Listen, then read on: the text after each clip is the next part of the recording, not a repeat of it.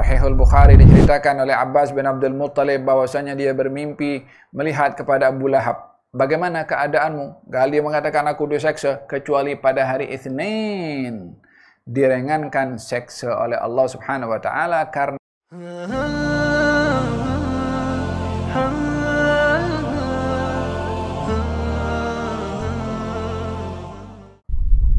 Nabi Yahya berkata kepada Nabi Isa, wahai Isa, berdoalah kamu kepada Allah, sesungguhnya kamu adalah lebih mulia daripada aku.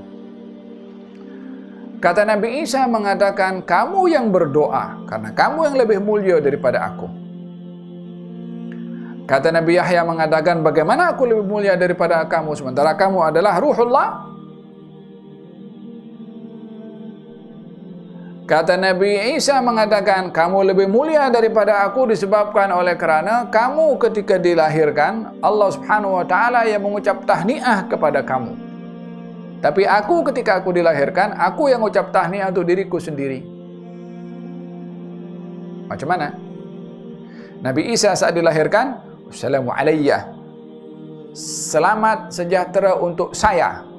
Di hari saya dilahirkan, yauma wulidtu wa yauma amutu wa yauma ub'atsu hayya. Di hari aku dilahirkan, di hari aku diwafatkan, dan di hari aku dibangkitkan. Siapa yang ucap tahniah? Nabi Isa. Kepada siapa? Kepada dirinya sendiri. Nabi Yahya, wassalamu alaihi, selamat untuknya. Untuknya, siapa di sini? Nabi Yahya. Siapa yang ucap? Allah Subhanahu wa taala.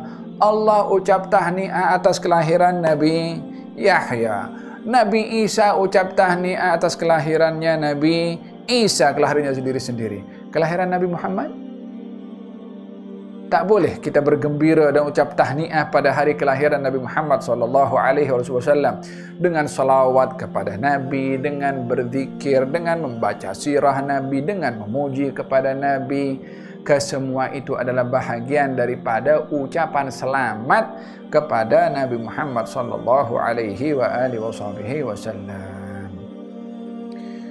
Faham tu? Nak dibandingkan kelahiran Nabi Muhammad SAW dengan kelahiran mana-mana, cukup hebat kelahiran Nabi Muhammad SAW. Mana ada bayi lahir dalam keadaan sujud dan juga mengangkat ke langit sebagai tanda la ilaha illallah. Tangannya ke langit. Mana ada bayi lahir sujud? Satu je, Nabi Muhammad SAW.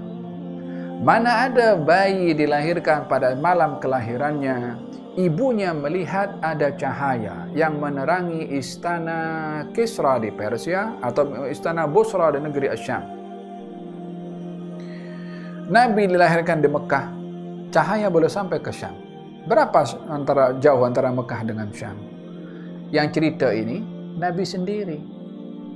Beliau bersabda, wa inna ummi hina waladatni, ibu saya ketika melahirkan saya melihat cahaya menerangi istana Busra di negeri Syam. Yani istananya Busra itu Raja Rom. Ibunya di mana? Di Mekah waktu itu. Boleh nampak istana. Ya Allah. Dulu pakai apa? Pakai alat apa masa itu? Pakai satelit ke? Bukankah ini satu keajaiban luar biasa yang tak pernah terjadi kepada sesiapapun kecuali kepada Nabi Muhammad SAW yang kita sedang berada di bulan kelahirannya. Hadza ceritanya Nabi Muhammad SAW ketika beliau dilahirkan. Hadza ma'al kufri fakayfa bifarhatin min dhi fuadin imtala imana. Kata Al-Habib Umar bin Muhammad bin Salim bin Hawid menceritakan bagaimana pada saat kelahiran Rasulullah SAW, Abu Lahab seronok. Sehingga karena gembiranya Abu Lahab akan kelahiran Nabi Muhammad SAW, karena ayahnya Nabi adik-beradik dengan Abu Lahab. Jadi Abu Lahab seronok disebabkan adiknya yang sudah wafat ada zuriyah laki-laki. Maka dibebaskan hamba sahayanya yang bernama Suwaibah.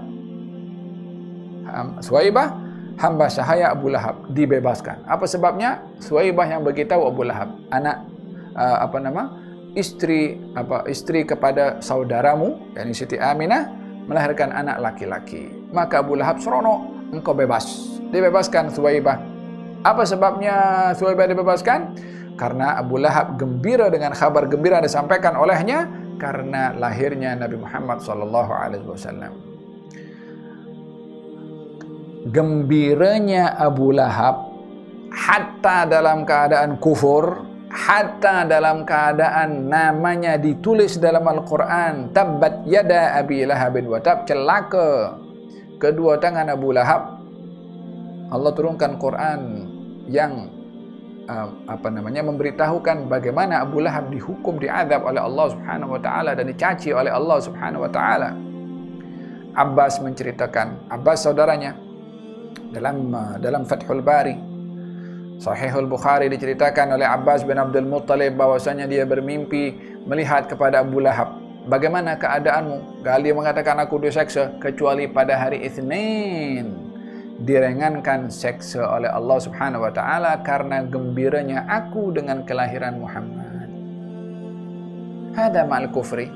Ini walaupun kufur diberikan oleh Allah Subhanahu wa taala keringanan dalam azabnya, hatta di neraka yang paling neraka miliknya Allah Subhanahu wa taala, terpulang kepada Allah untuk meringankan atau memberatkan hukuman. Dinilai gembiranya Abu Lahab ini dengan diringankan oleh Allah Subhanahu wa taala azabnya karena gembira dengan kelahiran Nabi Muhammad. Agaknya kalau yang bergembira orang Islam bagaimana? Kalau yang bergembira orang yang cinta kepada Nabi bagaimana? Hadza ma'al kufri fa kaifa bi farhatin min dhi fuadin imtala imana. Hadza berkenaan dengan kelahiran Nabi Isa, kelahiran Nabi Yahya, dan tentunya tidak ada sesiapa yang dapat menandingi kemuliaan kelahiran Nabi Muhammad SAW. Moga-moga Allah Subhanahu wa taala jadikan kita sentiasa gembira dengan baginda Rasulullah, dengan kelahiran Rasulullah, dengan Isra Mi'rajnya Rasulullah, dengan bi'tsahnya Rasulullah, dengan hijrahnya Rasulullah, dengan kemenangan dalam peperangan yang dihadapi oleh Rasulullah, dengan turunnya Al-Quran kepada Rasulullah, dengan hari Fathu Makkah, dengan semua kejadian dan peristiwa yang terjadi kepada Rasulullah. Kita kena gembira untuk mengambil ibrah daripada setiap kejadian yang berlaku kepada Nabi Muhammad SAW, supaya tertanam dalam hati kita ini cinta Nabi, sanjung Nabi, ikut Nabi, meneladani Nabi, menjadikan ingatan memori kita selalu kepada Nabi untuk bersama dengan Nabi Muhammad sallallahu alaihi wa ala alihi wasallam. Wa sallallahu ala sayyidina Muhammadin wa ala alihi wasallam. Alhamdulillahirabbil alamin. Bisirril Fatihah.